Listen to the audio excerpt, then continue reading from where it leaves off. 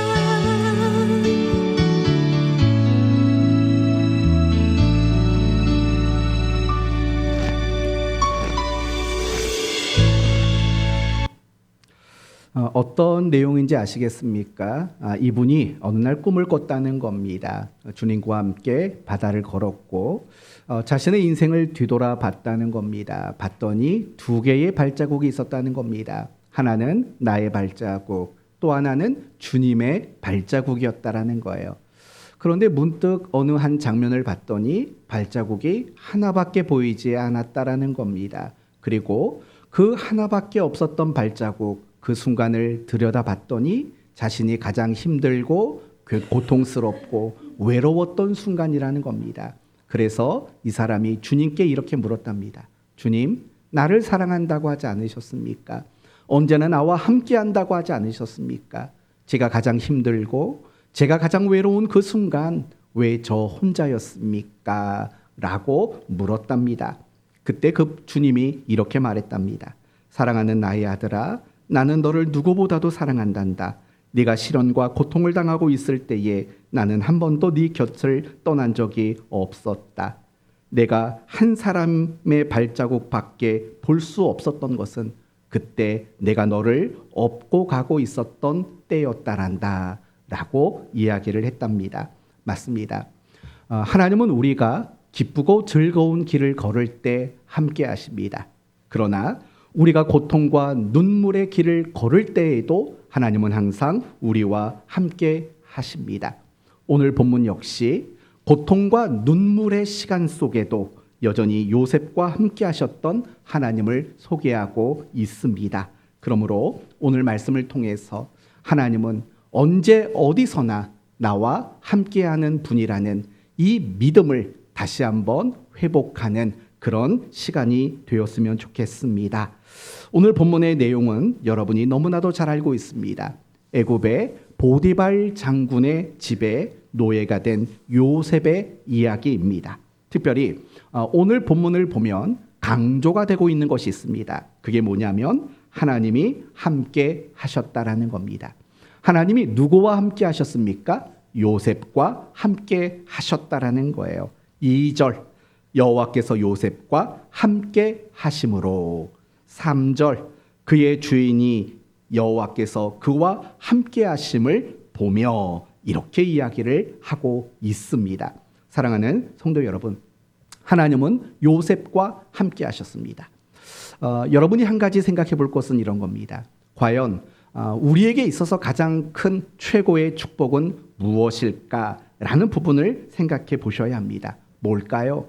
내가 하나님의 자녀가 된 거, 용서받은 거, 죽으면 천국에 가는 거, 기도하면 응답받는 거, 힘들고 어려울 때 하나님이 도와주시는 거, 이런 것들도 분명히 우리에게 하나님이 허락하신 축복의 내용들입니다. 그러나 우리에게 있어서 가장 큰 축복이 있다면 그것은 하나님이 항상 우리와 함께하는 것, 그것이 바로 최고의 축복인 겁니다. 그래서 여러분이 잘 아시는 요한 웨슬리는 이렇게 말했습니다.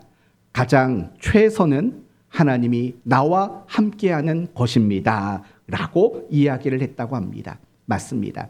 우리가 세상에서 부자가 되는 것보다 우리는 하나님이 함께하는 것이 더 큰 축복임을 잊지 말아야 합니다. 명예를 얻고 권세를 얻고 무병장수하는 것보다 더 큰 축복이 있다면 그것은 하나님이 우리와 항상 함께하는 것입니다. 우리는 이 믿음을 가지고 이 땅을 살아가야 하는 겁니다. 그래서 우리가 성경을 읽다 보면 하나님이 자신의 사람들에게 주시는 가장 큰 축복이 어김없이 하나님이 함께 하시는 것이라고 강조합니다. 예를 들면 여호수아 1장 9절에 여러분이 잘 아시는 성경 구절이 있습니다. 내가 내게 명한 것이 아니냐. 마음을 강하게 하고 담대하라. 두려워 말며 놀라지 말라. 내가 어디로 가든지 내 하나님 여호와가 너와 함께 하느니라. 여러분 이 말씀 너무 잘 아시지 않습니까? 그렇다면 이 말씀은 누구에게 주신 말씀일까요? 하나님께서 누구에게요? 여호수아 1장 9절이에요. 누구에게 주었을까요? 여호수아에게 주신 말씀이에요. 그러면 여러분 지금 이 본문의 여호수아는 어떤 사람이겠어요? 그 위대한 지도자였던 모세의 후계자가 된 사람이에요. 그것도 얼마나 부담스럽겠습니까? 더욱이 이제 여호수아는 가나안 사람들과의 전쟁을 치루어야 합니다. 그리고 그 가나안 사람들과의 전쟁에서 이겨서 가나안 땅을 정복해야 되는 사람입니다. 그런 책임을 맡은 사람이에요. 여러분, 그런 여호수아에게 현실적으로 가장 큰 축복은 무엇일까를 생각해 보세요. 아마도 이런 거 아닐까요? 아주 뛰어난 전략을 주시던가 아니면 자신들을 도와서 함께 싸울 수 있는 용병들을 보내주신다든가 아니면 그 전쟁에서 반드시 이길 것이라는 어떤 선명한 증표를 보여주신다든가 어쩌면 현실적으로 여호수아에게는 그것이 가장 필요한 것이고 그래서 그러한 것들이 가장 큰 축복으로 느껴질 수도 있을 겁니다. 그러나 그런 여호수아에게 하나님이 주셨던 말씀은 내가 너와 항상 함께 할 것이다 라는 말씀이라는 거예요. 네가 어디로 가든지 나는 너와 함께 할 것이다. 이 말인즉은 뭡니까? 결국은 여호수아에게 있어서 가장 큰 축복은 용병도 아니고 전쟁에서 싸워 이길 만한 무기를 갖는 것도 아니고 어떤 전략과 전술을 갖는 것도 최고의 축복은 아니라는 거예요. 그에게 있어서 최고의 축복은 다른 그 무엇이 아니라 하나님이 함께 하시는 것, 그것이 바로 여호수아에게 가장 큰 축복이었다라는 거예요. 그래서 그에게 내가 너와 함께 하겠다라고 말씀하고 있는 것 아닙니까? 다윗도 한번 생각해 봅시다. 다윗은 시편 23편 1절에 여호와는 나의 목자시니 내게 부족함이 없으리로다 라고 고백할 정도로 정말 많은 축복을 받은 사람입니다. 어떤 축복을 받았을까요? 골리앗을 이길 수 있었던 축복, 그가 이스라엘의 지도자로 준비될 수 있었던 축복, 다윗 자신을 위해서 목숨까지 아끼지 않을 수 있는 충신들을 붙여주시는 축복, 그리고 결국에는 이스라엘의 왕이 되는 축복들을 하나님은 허락하셨어요. 그러나 다윗은 그러한 것들을 하나님이 주시는 은혜와 복으로 여겼지만 다윗은 자기에게 베풀어 주신 최고의 축복은 다른 것으로 말하고 있다는 거예요. 시편 23편 4절에 이렇게 말해요. 내가 사망의 음침한 골짜기로 다닐지라도 해를 두려워하지 않을 것은 주께서 나와 함께 하심이라. 주의 지팡이와 막대기가 나를 안위하시나이다. 바로 그렇게 고백하고 있는 거예요.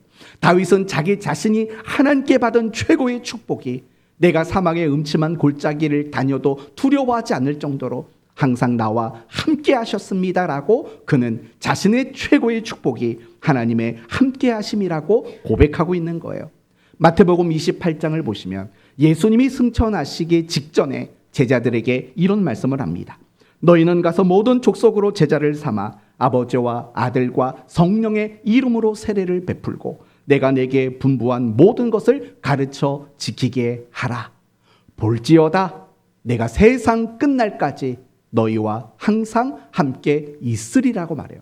여러분, 지금 이 제자들에게 필요한 것, 그것은 복음을 증거하는 것이고 주의 말씀을 가르치는 거예요. 그렇다면 그 역할들을 수행해야 되는 제자들에게 필요한 것들이 뭐가 있을까요? 은사도 있어야 될 것이고 어떤 실력도 어떤 능력도 분명히 필요할 거예요. 그러나 예수님이 제자들에게 마지막으로 하셨던 말씀은 내가 세상 끝날까지 너희와 항상 함께 할 것이다 라고 이야기했다라는 거예요. 무엇을 의미할까요?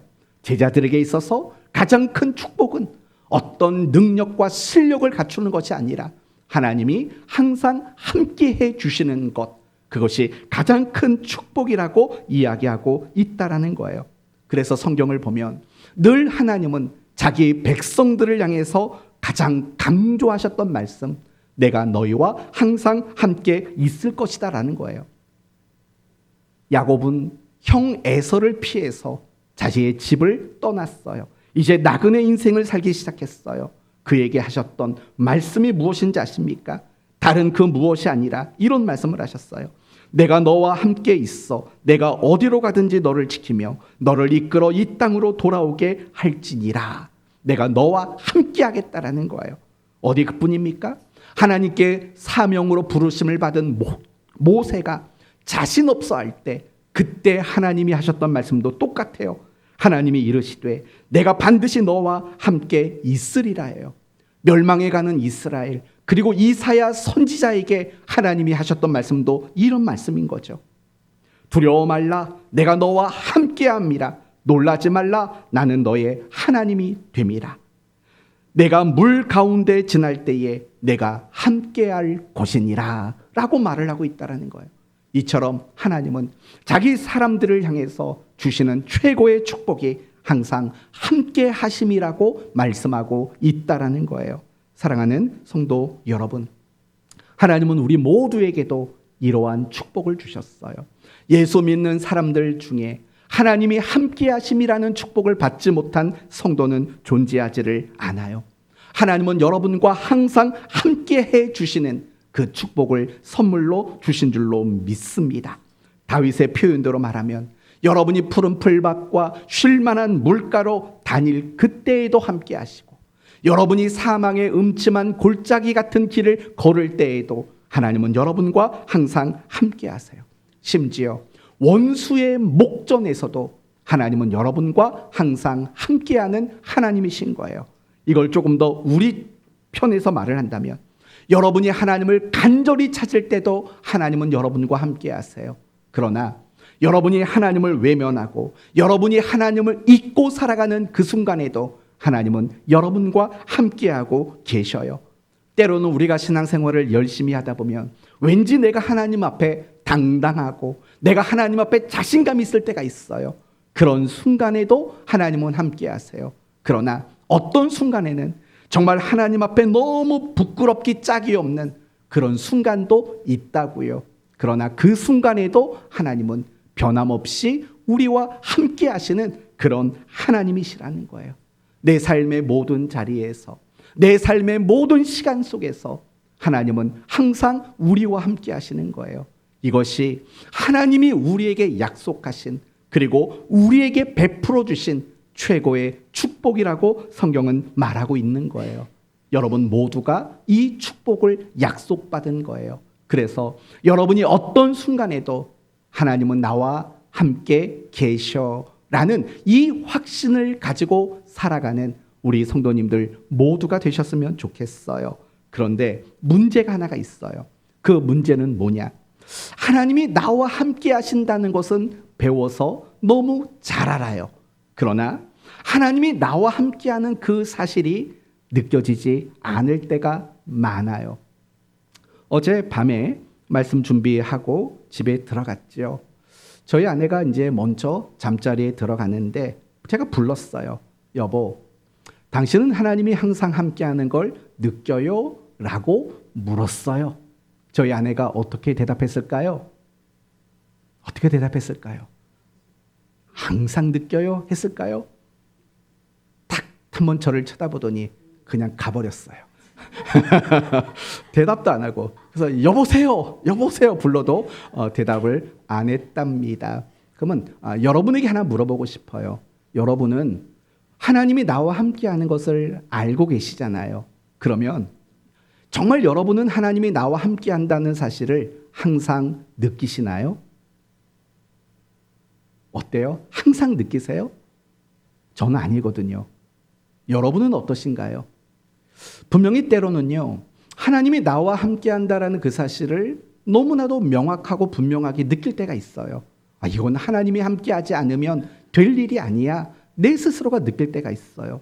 정말 하나님은 나와 함께하셔. 확신에 찰 때가 있어요. 그러나 어쩌면 더 많은 경우에는요, 하나님이 나와 함께하는 것 그 자체가 느껴지지 않을 때가 있어요. 느껴지지 않는 것만으로도 안타깝지만 더 안타까운 것은 의심까지 들어요. 진짜 하나님이 나와 함께하는 게 맞을까라는 그런 의심이 드는 순간들이 너무나도 많다라는 거예요. 그렇다면 여러분, 분명히 하나님은 우리에게 함께 하심이라는 약속으로 축복을 주셨는데 내가 그게 안 느껴지고 내가 그러한 것들을 의심하게 되는 이유는 과연 뭘까? 이 부분을 우리가 한번 생각해 봐야 되지 않겠습니까? 저는 그 이유를 여러분에게 두 가지로 설명을 해드리려고 합니다. 첫 번째, 하나님의 존재 방식과 우리의 존재 방식이 다르기 때문에 그래요. 사랑하는 성도 여러분, 우리는 어떤 방식으로 존재합니까? 육과 물질적인 것으로 우리는 항상 존재하고 있어요. 그러나 하나님의 존재 방식은 무엇이죠? 영이에요. 하나님은 항상 영으로만 존재 방식을 삼으시는 분이세요. 그래야지 어디든 계실 수 있잖아요. 하나님이 물질적이고 육신적으로 존재하시는 분이라면 어디든 계시는 그런 편재의 하나님이 되어질 수 없는 거죠. 하나님은 영으로 존재하시는 분이세요. 그렇기 때문에 우리는 육으로 존재하고 하나님은 영으로 존재해요. 좀 쉬운 말로 바꿔서 말하면 하나님은 우리의 눈에 보이는 방식으로 존재 방식을 삼지 않는 분이라는 거예요. 만약에 하나님이 우리의 눈에 보이는 방식으로 존재하시는 분이라면 그분이 나와 함께 하시는 것을 못 느낄 수가 없는 거죠. 그리고 의심할 여지가 없는 거죠. 그러나 우리의 존재하는 방식과 하나님의 존재 방식은 전혀 달라요. 그분은 보이지 않게 존재하시는 분이세요. 따라서 우리는 그분이 나와 함께 하심에 대하여서 느껴지지 않을 수 있는 거고 의심이 들 수 있다라는 거예요. 예를 들면 시내산에서 이스라엘 백성들이 금송아지를 만들었어요. 그리고 뭐라고 말하냐면 이것이 우리를 인도하여 낸 신이다. 이게 바로 하나님이다 라고 말을 했다고요. 그러면 여러분에게 하나 묻습니다. 왜 이스라엘 백성들은 금송아지를 만들었을까요? 그것을 만든 이유는 무엇일까요? 하나님의 존재 방식을 자신들과 똑같은 존재 방식으로 만들기 위해서예요. 그래서 무엇을 없애겠다라는 거예요? 불안함을 없애고 의심을 없애겠다라는 거예요.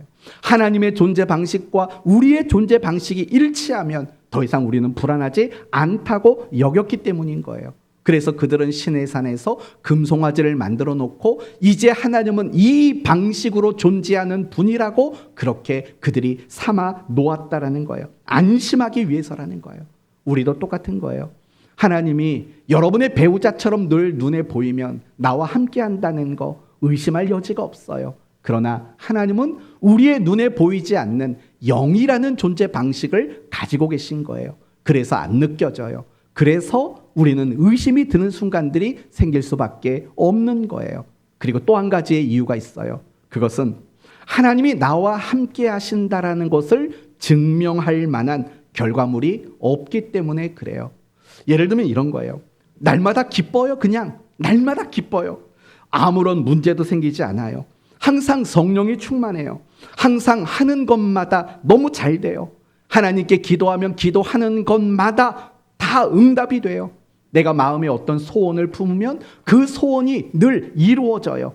만약에 날마다 우리에게 이러한 결과물들이 생겨난다면 하나님은 나와 함께 하시고 또 하나님이 나와 함께하는 그 일에 대하여서 우리는 조금도 의심하지 않을 수 있다라는 거예요. 그러나 어디 그렇습니까? 하나님은 항상 우리에게 나와 함께 하신다라는 것을 증거할 만한 결과물들을 안 줘요. 이렇게 했으면 좋겠죠. 우리는 늘 아브라함의 종 엘리에셀을 생각해 봐요.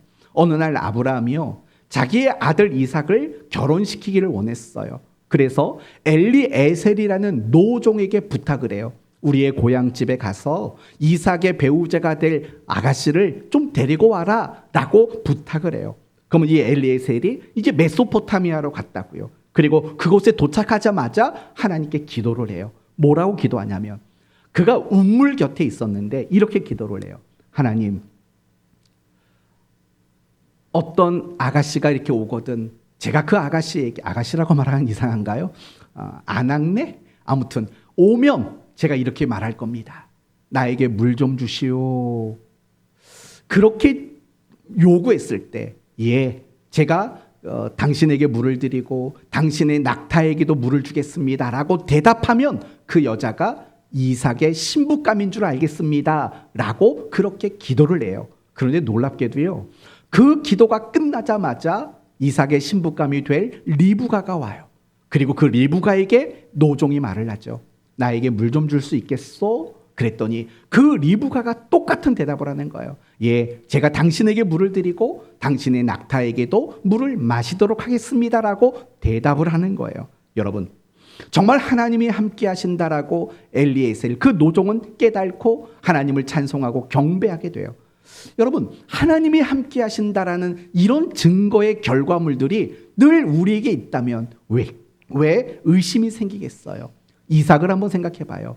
이삭은 그랄 땅에 머물렀던 적이 있어요. 그 땅에서 양을 치기도 했지만 농사도 지었어요. 그런데요, 이삭이 농사를 지을 때마다 몇 배의 결실을 맺었다고 말하냐면 100배의 결실을 맺었다라고 이야기를 해요.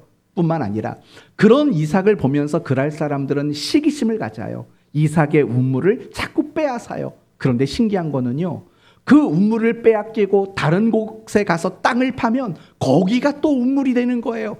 여러분, 이런 식의 결과물들이 여러분의 삶에 즐비하게 나타난다면 하나님의 나와 함께 한다는 거 여러분 의심이 드시겠어요? 우리의 인생 속에서 그런 결과물들만 가득 차 있다면 우리는 하나님이 나와 함께하는 것을 늘 느끼고 인정하고 고백할 수밖에 없다라는 거예요. 그러나 반대로 생각해 봐요. 하나님은 다윗과 늘 함께하겠다고 수없이 이야기하셨다고요. 그런데 다윗이 겪었던 일들이 뭔지 한번 상상을 해봐요. 뭐가 있었죠? 사울에게 미움과 시기심을 당했고요. 사울 왕이 다윗을 죽이려고 그렇게 몇 년 동안 쫓아다니지 않았어요? 그래서 심지어 다윗은 이 사울 왕을 피해서 적군의 나라로 망명을 가요. 이민을 떠나요. 그리고 그 이민을 수용받기 위해서 그 블레셋 나라의 왕 앞에서 미친 척을 해요.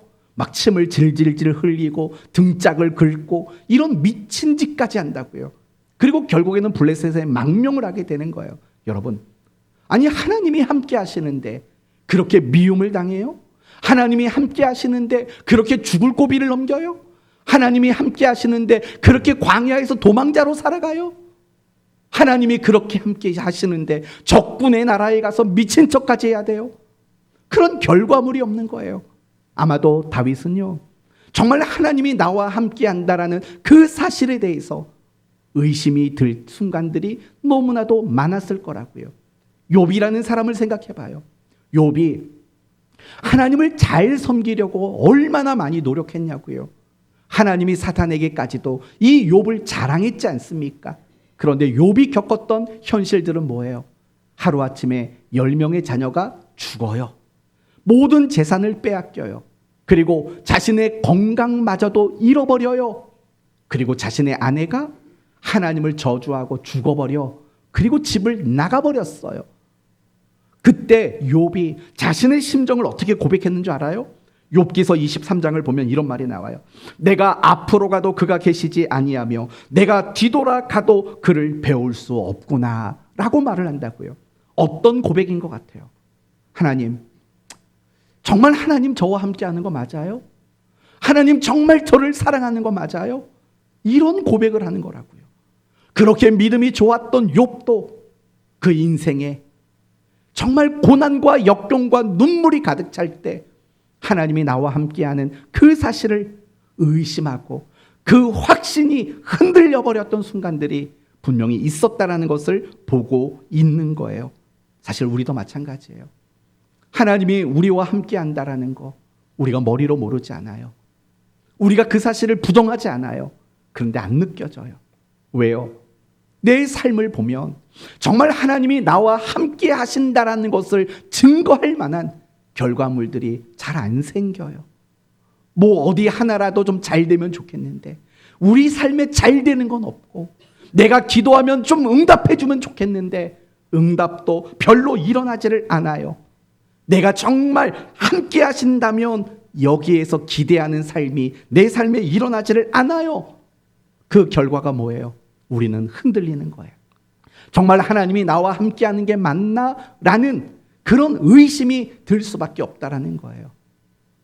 우리가 분명히 하나님이 함께 하신다는 것을 알면서도 느껴지지 않고 의심이 드는 이유는 여기에 있는 거예요.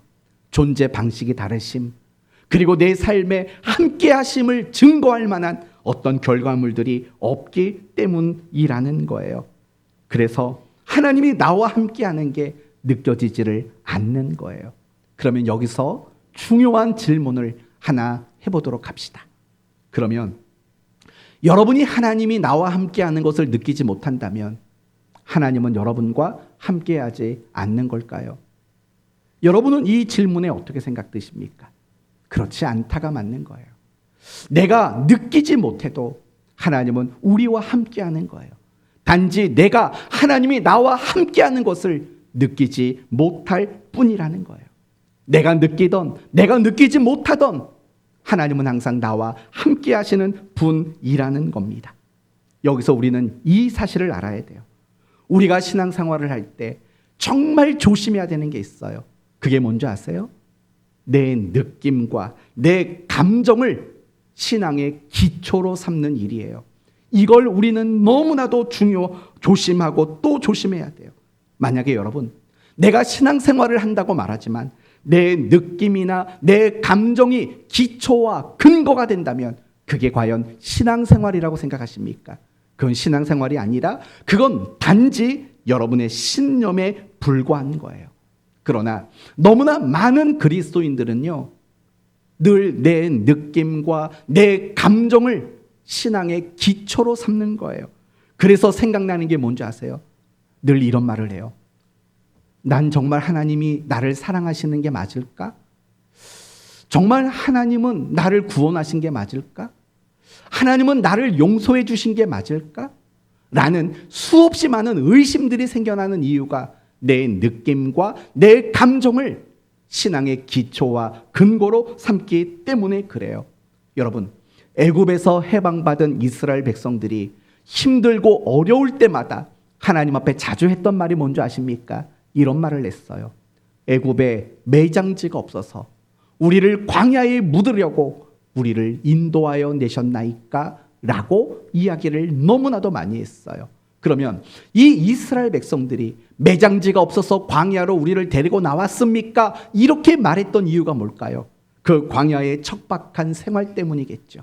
먹을 것이 부족하고 마실 것이 없고 뜨겁고 정말 생활하기 어려운 그 환경으로 인해서 느껴지는 감정을 기준했기 때문에 그래요. 그래서 하나님이 함께하는 그 일을 바라보면서도 늘 애굽에 매장지가 없어서 우리를 인도하여 내셨습니까? 라고 말하는 거예요. 우리가 왜 하나님의 사랑을 자꾸 의심하게 될까요? 자꾸 내 느낌만 가지고 생활을 하려고 하기 때문에 그래요. 내 느낌과 내 감정이 신앙의 근거와 기초가 되기 때문에 우리는 너무 쉽게 흔들리고 우리는 너무 쉽게 무너지고 우리는 너무나도 쉽게 우리의 신앙에 실패할 수밖에 없다라는 거예요. 하나님은 단 한 번도 우리를 버리신 적이 없어요. 하나님은 우리를 향해서 단 한 번도 함께하지 않겠다고 말씀하신 적이 없어요. 그런데도 불구하고 우리는 늘 의심하는 거죠. 그 원인은 우리에게 있는 거예요. 자꾸 신앙생활을 내 느낌을 기초로, 신앙생활을 내 감정을 기초로 그렇게 신앙생활을 하고 있기 때문이라는 거예요. 그것은 잘못된 신앙이에요. 그리고 대단히 위험한 신앙일 수밖에 없어요. 그렇다면 여러분, 우리의 신앙의 기초는 무엇이 되어야 할까요? 절대로 느낌이 되면 안 돼요. 감정이 되면 안 돼요. 오직 약속된 하나님의 말씀, 그것만이 우리의 신앙의 기초가 되어야 된다는 거예요. 이렇게 설명하면 될 것 같아요. 우리는 완전합니까? 불완전합니까? 우리는 불완전해요. 우리의 지, 정, 의 모든 영역이 다 불완전해요. 그렇다면 약속된 하나님의 말씀은 완전할까요? 불완전할까요? 완전할 수밖에 없어요. 왜요? 완전하신 하나님께서 만드신 책이기 때문에 그래요. 그렇다면 불완전한 우리가 기준이 되는 것이 옳겠습니까? 아니면 완전한 약속의 말씀이 기준이 되는 것이 옳겠습니까? 너무나도 당연한 거죠. 불완전한 내 자신, 그리고 불완전한 내 안에 일어나는 그 느낌과 감정을 신앙의 기초로 삼으면 안 되는 거죠. 약속된 하나님의 말씀만이 바로 우리의 신앙의 기초와 근거가 되어져야 한다라는 거예요. 그럴 때 우리는 비로소 내 삶에 하나님의 존재 방식으로 인해서 그분이 보이지 않아도 내 삶에 하나님이 함께 하심에 대한 증거가 될 만한 결과물들이 없을지라도 그 약속의 말씀이 내 신앙의 기초가 되면 모든 의심의 안개가 거치게 된다라는 거예요. 지금 여러분 자신을 점검해 보셔야 돼요. 정말 여러분은 무엇이 기초인 신앙생활을 하고 있는지, 과연 무엇입니까? 혹시 여러분이 느낌을 가지고 신앙의 기초를 삼고 있는 건 아닙니까? 여러분이 느껴지는 그 감정이 전부라고 생각하고 그것이 여러분의 신앙의 근거가 되고 있지는 않습니까? 그러면 여러분의 신앙은 불보듯 뻔합니다. 늘 의심밖에 없고 늘 불안밖에 없고 늘 여러분은 흔들리고 무너지는 그런 신앙이 될 수밖에 없지요. 마태복음 7장에 나오는 집 짓는 자의 비유가 그걸 말하고 있지 않습니까? 한 사람은 모래 위에 집을 지어요. 한 사람은 반석 위에 집을 지어요. 반석과 모래는 과연 무엇입니까? 오늘 본문과 연관해서 말한다면 모래 위에 집을 짓는 것은 내 기분과 내 느낌을 근거로 신앙생활하는 사람인 거죠. 그래서 그런 사람을 보면은요, 정말 어떨 때는 불 붙은 사람처럼 뜨거워 보여요. 그러나 한순간에 이 모든 것들이 무너지는 일들이 너무나도 쉽게 반복된다는 거예요. 왜 그래요? 느낌이 중요하니까. 자신의 감정이 신앙의 근거가 되니까 그렇게 너무 쉽게 흔들리고 너무 쉽게 무너질 수밖에 없는 거예요. 그러나 어떤 순간에도 흔들리지 않고 견고한 신앙을 가진 사람은 어떤 사람이냐? 약속된 하나님의 말씀을 신앙의 기초와 근거로 삼는 사람들은요, 인생의 비바람이 불어도 흔들리지 않는 견고한 사람이 될 수 있다라는 거예요. 저는 여러분 모두가 느낌과 감정을 기초 삼는 신앙에서 벗어났으면 좋겠어요. 항상 내가 내 눈에 보이지 않아도, 내게 무엇인가 느껴지지 않아도 하나님이 이렇다 약속하셨다면 그 약속만 내 신앙의 기초로 삼는 여러분이 되실 때 여러분은 견고한 신앙을 가질 수 있게 되는 거예요. 사랑하는 성도 여러분, 하나님은 우리와 함께 하셔요. 그건 최고의 약속이고 최고의 축복이에요. 저는 그 약속을 여러분 모두가 붙잡았으면 좋겠어요. 여러분이 기쁘고 즐거울 때도 하나님은 나와 함께 하신다고 약속을 붙잡고, 여러분이 힘겹고 눈물겨운 순간을 맞이해도 하나님은 나와 함께 하신다라는 그 약속을 굳게 붙잡는 여러분 모두가 될 수 있기를 바라요. 그럴 때 모든 염려와 두려움에서 자유할 수 있고요, 여러분은 평안의 사람이 될 수 있는 거예요. 신앙의 담대함과 능력을 얻어 여러분은 그리스도인답게 살아갈 수 있게 되는 거예요. 오늘 본문의 요셉을 생각해 보세요. 형들의 잔인함을 경험했다고요. 끔찍해요. 생각만 해도.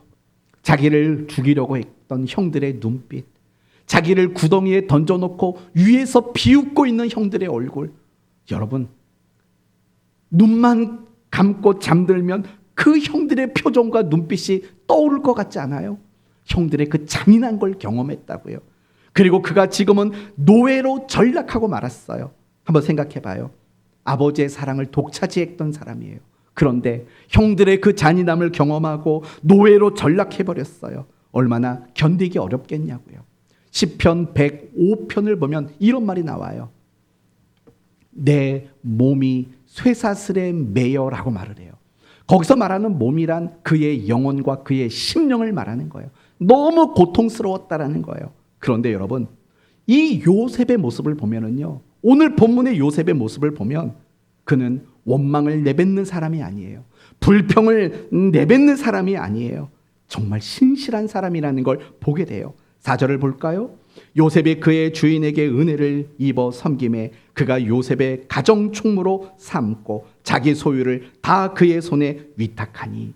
여러분, 보디발 장군이요, 요셉에게 모든 걸 다 맡겼다라는 거예요. 어떻게 그럴 수 있을까요? 요셉의 성실함과 요셉의 신실함, 그 충성됨을 보았기 때문 아니겠어요? 참 놀라운 거예요. 그런 아픔과 상처를 겪었던 요셉, 그런 끔찍한 추억을 가진 요셉이 그런 인생을 살 수 있다는 건 너무 놀라운 거예요. 어떻게 그게 가능했을까요? 하나님이 나와 함께 하신다라는 거. 정말 그 약속을 붙잡았기 때문에 힘들고 괴로운 순간도 있었겠지만 그래도 참 그리스도인다운 그런 삶을 살아낼 수 있었다라는 거예요. 아프리카 선교의 아버지 리빙스턴을 아시지 않습니까? 복음을 위해서 모든 걸 포기하고 아프리카로 건너가 사역을 감당한 사람이에요. 안식년이 되어서 잠시 고국으로 돌아왔어요. 어느 한 대학에서요, 강연을 좀 해달라고 부탁을 했어요. 그 강연을 받은 자리에서 리빙스턴은 자신이 겪었던 일들을 다 이야기했어요. 그러면서 리빙스턴이 이렇게 말했대요. 그러나 저는 다시 아프리카로 돌아갈 겁니다 라고 말을 했답니다. 그러면서 리빙스턴이 그 대학에 모여있는 학생들에게 이렇게 질문을 했대요. 여러분, 제가 그런 모진 고통을 겪었음에도 불구하고 다시 돌아갈 수 있는 힘이 무엇인지 아시겠습니까? 학생들이 다 잠잠했대요. 그때 리빙스턴이 이렇게 말을 했대요. 하나님의 약속 때문입니다. 나와 항상 함께 하겠다라는 그 약속이 있기 때문에 나는 다시 그 아프리카로 돌아갈 것입니다. 이렇게 말을 했다라는 거예요. 그리고 아프리카로 돌아가서 그의 생이 끝나는 그날까지 아프리카 선교를 위해서 헌신하는 삶을 살 수 있었다라는 거예요.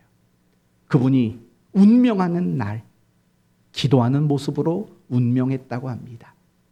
그리고 그 옆에는 성경이 펼쳐져 있다고 합니다. 그 펼쳐진 성경이 어디냐? 마태복음 28장 18절에서 20절이었어요. 그리고 그 20절, 내가 세상 끝날까지 너희와 항상 함께 하겠다라는 그 성경 구절 옆에 여백에는 이렇게 쓰여 있었다고 합니다. 존귀하신 분의 약속이라고 쓰여져 있었다라는 거예요. 나와 함께 하신다라는 그 약속을 붙잡을 때 어디든 갈 수 있었던 거고 무엇이든 견뎌낼 수 있었다라는 거예요. 그리고 오늘 본문의 모습을 보면 하나님이 나와 함께 하신다라는 그 약속을 붙잡고 살아가는 사람을 통해서는 누군가에게 하나님을 보여주게 만들 수 있다라는 거예요. 3절 말씀을 보시면 그의 주인이 여호와께서 그와 함께 하심을 보며 라고 말을 해요. 사랑하는 성도 여러분, 우리가 이 땅에 존재하는 이유는 뭔지 아십니까? 복음을 전하기 위해서예요. 그리고 조금 더 구체적으로 말한다면 하나님을 보여주기 위해 우리는 이 땅에 존재하는 거예요. 누군가가 여러분을 볼 때마다 하나님은 사랑이 많으신 분이시구나를 보여주는 삶이 우리의 책임인 거예요. 하나님이 여러분의 이웃이 여러분을 볼 때마다 하나님은 이런 분이신구나라는 것을 보여주는 게 우리의 사명인 거예요. 그런데 우리가 그 하나님을 사람들에게 보여주지 못해요. 이유는 간단해요. 내 스스로도 나와 함께하는 하나님을 확신하지 못하기 때문에 그래요.